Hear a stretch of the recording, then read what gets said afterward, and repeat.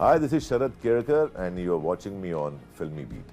जो अमरेंद्र है वो बिकॉज वो राजा रहा है, वो प्रिंस रहा है, तो वो गलत किया देवसेना, वो ऐसा वाला जोन में है। अब आफ्टर अमिताभ बच्चन अगर किसी की आवाज है जो दिल तक छू जाती है, चाहे वो एक्शन सीन में हो या इमोशन में, वो इनकी है। I am talking about none other than यही बोलना चाहता है कि तूने ये नहीं बोला कि थैंक यू बोलना चाहूँगा जिन्होंने मेरी आवाज़ को पहचाना, रिकग्नाइज किया। इतनी बड़ी फिल्म किसी की एक्टर की लाइफ में अगर 500 करोड़ की फिल्म होती है तो उसके लिए बड़ा अचीवमेंट है।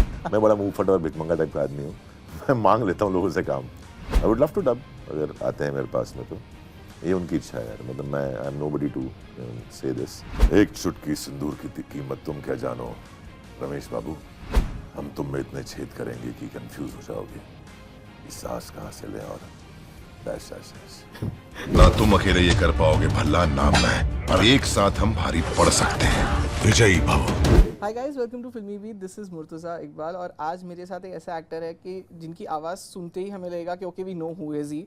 और आवाज़ तो ठीक है, एक्टिंग में भी वो झंडे गाड़ी देते हैं, but today I am here to talk about specially his voice, क्योंकि I think he after Amitabh Bachchan अगर किसी की आवाज़ है जो दिल तक छू जाती है, चाहे वो एक्शन सीन में हो या इमोशन में, वो इनकी है। I am talking about none other than यही बोलना चाहता है कि तूने ये नहीं बोला कि बेस्ट ने बोला after Amitabh Bachchan, that is the best thing because sir Amit ji की आवाज बहुत बड़ा अचीवमेंट है मेरे लिए। आई एम श्योर आप भी एग्री करेंगे। अरे उनके करीब तक पहुंच गया, बड़ी बात है। मतलब ऐसा है ये।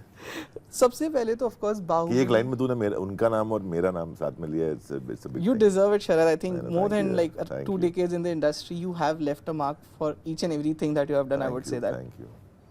So of course, Bahubali, Crown of Blood, animation series का मुझे ये जानना है कि कितना डिफिकल्ट होता है to dub it, because you know legend of Hanuman भी आपने किया है, I know, but when you do a theatrical film and an animation series और अ मूवी, वो कितना डिफिकल्ट रहता है?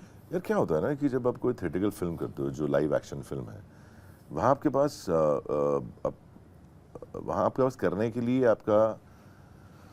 आप खुद एक एज ए ह्यूमन रहते हो, ह्यूमन फॉर्म रहता है, आपके पास कैमराज हैं, आपके पास आप अपनी पूरी बॉडी यूज़ कर सकते हैं परफॉर्मेंस के लिए, तो और आवाज़ है ही साथ में आपकी। तो वो एक फैक्टर होता है जब आप लाइव एक्शन करते हैं। और कहीं ना कहीं एक विजन होता है जो कैमरे से शूट होता है, आपका एक बैकड्रॉप होता है जो कि एलिमेंट्स हैं आपके लिए जो सीन में काफ़ी हेल्प करते हैं आपके साथ। एक सराउंडिंग होता है, एक कपड़े होते हैं। मेरे हिसाब से एज एन एक्टर आपका जो अटायर है, चाहे आपका लुक है, जो आपके बाल हो, आपकी मूछें हो, दाढ़ी हो या आपके कपड़े हों, वो एक एक्टर को उस कंफर्ट जोन में और उस कैरेक्टर में लाने के लिए बहुत बहुत ज़्यादा इंपॉर्टेंट फैक्टर है।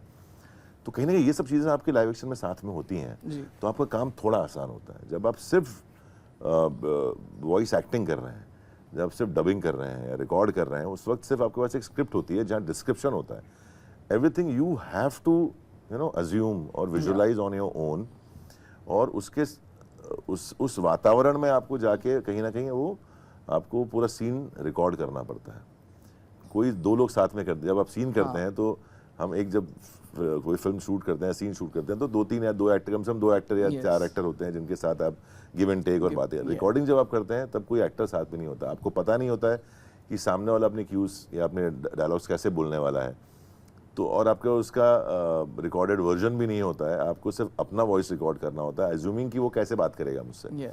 तो there are lot of factors which are, मतलब जो लोगों को शायद पता नहीं होंगे, आज बताना चाहूँगा। जब भी आपको मौका मिले इस तरह का कोई सीरीज़ करने का, तो ये बातें बहुत आपको ध्यान रखनी पड़ेंगी कि आपको पूरी फिल्म ना कि सिर्फ एक एक्टर, बल्कि as an from a DOP के पर्सपेक्टिव से, एज ए डायरेक्टर पर्सपेक्टिव से वो देखनी पड़ेंगी, ये विजुलाइज करनी पड़ती है। तो थोड़ा सा डिफिकल्ट है, but as an actor plus point ये है कि आपको जिस तरीके से करना है, एक थोड़ी कठिनाई होती है कि कॉस्ट्यूम नहीं है, बाल नहीं है, लुक नहीं है, कुछ दिख नहीं रहा है कि कैसा दिखेगा कैरेक्टर, बट आप वो अज्यूम करके ना, अगर आप में वो विजन है तो आप वो देख के आप उसको डब करिए। तो थोड़ा सा डिफिकल्ट है, बट मज़ा भी उतना ही ज़्यादा है। करेक्ट। यू नो, मैं हैदराबाद में प्रेस कॉन्फ्रेंस पे था और आपने कहा कि बाहुबली चेंज्ड योर लाइफ। क्या हुआ after Baahubali that you made this such a huge statement कि yes it changed my life? दुनिया के लिए नहीं, बट पर्टिकुलर दुनिया ने शायद मैं बहुत थैंक यू बोलना चाहूँगा जिन्होंने मेरी आवाज़ को पहचाना, रिकग्नाइज किया। इतनी बड़ी फिल्म किसी की एक्टर की लाइफ में अगर 500 करोड़ की फिल्म होती है तो उसके लिए बड़ा अचीवमेंट है। All these things were happening and I am very thankful to God that I was a part of Baahubali. But as a person मेरे लिए वो सेंस ऑफ अचीवमेंट था कि मैं जहाँ से आया था, जो मुझे प्रॉब्लम थी स्पीच की, और वहाँ से यहाँ पहुँचना, तो एक सेल्फ सेटिस्फैक्शन था कि मैंने जो सोचा या जो जिसकी वजह से मैंने शायद 25, 26, 28, 30 साल तक लोगों के मजाक सहन किया है, लोगों की बातें सुनी है, लोगों के कमेंट सुने हैं, भीड़ में पीछे खड़ा रहा हूँ कहीं ना कहीं, आज उसी चीज़ को लेकर आज मैं काफ़ी आगे हूँ। तो कहीं ना सेंस ऑफ अचीवमेंट था मेरे लिए। तो इसलिए मैंने वो कहा था कि मेरे लिए मेरी लाइफ चेंज हुई है, because now I respect myself a lil more. कि मैं कई बार आप कोई चीज़ ठानते हैं, और जब वो एक सेंस ऑफ अकम्पलिशमेंट होता है ना, जो आपको कि आपने ठाना और आपने किया है और वो हो जाता है, तो वो एक अलग खुशी होती है। आपकी life as a human, as a evolve थोड़ी हो जाती है लाइफ कि आप हाँ वो कर सकते हो, और आपने खुद को प्रूव किया है, ना कि दूसरों को प्रूव करने की जरूरत नहीं मुझे, बट मैंने खुद को प्रूव किया है कि नहीं, अगर मैंने ठाना है तो मैंने किया। तो I think that's why I said कि life has change after Baahubali. You know of course S Rajamouli sir के साथ जब आप मिले होंगे तो आपने बोला कि सर डबिंग बहुत करवा ली, अब एक प्रॉपर रोल दे दो मुझे। बार बार उनको ऐसे इशारे मारता रहता हूँ। मैंने अभी भी जाके उनको बोल दिया जाके फर्स्ट टाइम, तो पूछा उन्होंने हाउ आर यू, मैंने sir just waiting for your call. मैं बड़ा मुंह फटा और भिखमंगा टाइप का आदमी हूँ, मैं मांग लेता हूँ लोगों से काम, क्योंकि मुझे जहाँ अच्छे काम का स्कोप दिखता है ना, मैं वहाँ बेशरम बन जाता हूँ यार, कि मैं करना चाहूँगा, और उसमें मेरे को शर्म नहीं आती मुझे यार। राइट। यू नो शायद ये एक चीज़ हो गई है स्पेशली हम हिंदी ऑडियंस के लिए कि if it's a Prabhas film, आपकी वॉइस हमें देखने की हैबिट हो गई। आई थिंक आदि पुरुष में भी आपने वॉइस दिया था। आर यू डबिंग फॉर कल्कि ऑल्सो? पता नहीं, कोई कॉल तो मुझे नहीं आया फिलहाल, but I would love to dub, अगर आते हैं मेरे पास में तो। ये उनकी इच्छा है यार, मतलब मैं आई एम नोबडी टू से दिस, बट अगर उनको लगा तो अब ज़रूर आएंगे। मैंने बाहुबली के बाद 2 फिल्मों का गैप था, बट उसके बाद आदि पुरुष भी डब की, सलार भी डब की है, तो I love to dub. It's much more easier now because on screen I know him, how he works. तो मज़ा भी आता है, और वो बहुत लार्जर देन लाइफ कैरेक्टर्स करते हैं, तो वो एक आपको एक हीरो प्ले करने में बड़ा मज़ा आता है। Correct. You know upcoming projects क्या हो रहे हैं? ऑफ कोर्स अभी तो ये सीरीज आई है, श्रीकांत लोग पसंद कर रहे हैं आपका character, people are loving that character, like बोल रहे हैं कि this is the perfect support everyone needs. So और उसके अलावा where do we see you now next? Lineup में तो अभी बाहुबली आज रिलीज हो गया, और बहुत बड़ा है मेरे लिए, बिकॉज सबके लिए मेरे ख्याल से जो हिंदुस्तान में जिसने बाहुबली देखी है वो प्लीज़ देखिएगा डिज्नी प्लस हॉटस्टार पे, Baahubali the crown of blood, because सब सेम एलिमेंट से नई कहानी है, तो देखने में मज़ा आएगा। इसके बाद द लेजेंड ऑफ हनुमान का नया सीज़न आ रहा है अगले महीने। एक मराठी फिल्म, जैसा कि मैंने कई सारे छाती ठोक के ये बोला है कि मैं ऐसा कुछ जितने मेरे being a Marathi, being a Maharashtrian, मेरा हमेशा है कि मैं कुछ ना कुछ अच्छा और अलग करूं इस इंडस्ट्री में, और मैंने बोला था कि मैं कुछ अलग करूंगा, तो ऐसी एक अलग फिल्म लेके आ रहा हूं जो आज तक मुझे तो नहीं लगता है कि मराठी इंडस्ट्री में कभी बनी होगी। ऐसी एक अलग फिल्म लेके आ रहा हूँ, मोस्टली नेक्स्ट मंथ और next month will release. We are searching for a date, और वो डेट भी ऐसी होगी कि मुझे उन सब महाराष्ट्रियन लोगों का सपोर्ट चाहिए जो इतनी सारी हिंदी फिल्मों और इतनी सारी साउथ इंडियन और हॉलीवुड की फिल्मों के बीच में मेरी फिल्म देखने ज़रूर जाएंगे। Right. So you know I am done with my Q&A में एक छोटा सा सेगमेंट खेलूंगा, दिस इज बॉलीवुड डायलॉग्स। अरे बहुत फन सेगमेंट है, कुछ ऐसे आपको ज़्यादा नहीं करना होगा, and you are pro at it, जो मैं बताने वाला हूँ। ये कुछ बॉलीवुड डायलॉग्स है, you have to say either as Ravan और as Baahubali. Okay, so the first one is of Deepika, एक चुटकी सिंदूर की कीमत तुम क्या जानो रमेश बाबू। अब आप डिसाइड करिए एज अ रावण बोल रहा है या बाहुबली बोल रहा है। एक चुटकी सिंदूर की कीमत तुम क्या जानो Ramesh Babu. This is more of Ravan, right? या ओके। बड़े बड़े देशों में से छोटी छोटी बातें होती रहती है सेनोरिटा। बड़े बड़े देशों में से छोटी छोटी बातें होती रहती है सेनोरिटा। आई थिंक मैं ना बहुत कंफ्यूज हो रहा हूँ, बिकॉज ये वॉइस इतना आपका पावरफुल है कि रावण है या बाहुबली है। देखो आपको फर्क पड़ेगा, रावण ने ना मोर ग्रफियर है, हाँ, उसमें बहुत ग्रेन्स हैं उसमें, और बाहुबली वो थोड़ा सा सॉफ्टनेस है, थोड़ा फास्ट भी है। Right, okay. हम तुम में इतने छेद करेंगे कि कंफ्यूज हो जाओगे कि सांस कहाँ से ले और पादे कहाँ से। हम तुम में इतने छेद करेंगे कि कंफ्यूज हो जाओगे कि सांस कहाँ से ले और dash. That's Bahubali if I'm not wrong. That's Ravan. See, I'm getting confused. More of gruffer, more gruff.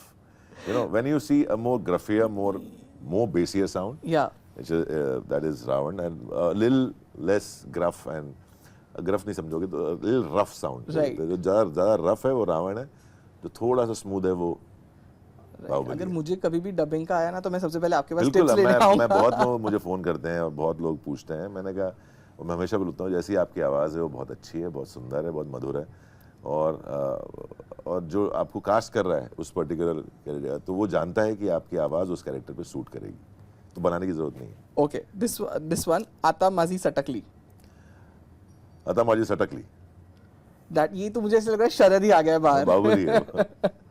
Okay, last one, don को पकड़ना मुश्किल ही नहीं नामुमकिन है। डॉन को पकड़ना मुश्किल ही नहीं नामुमकिन है।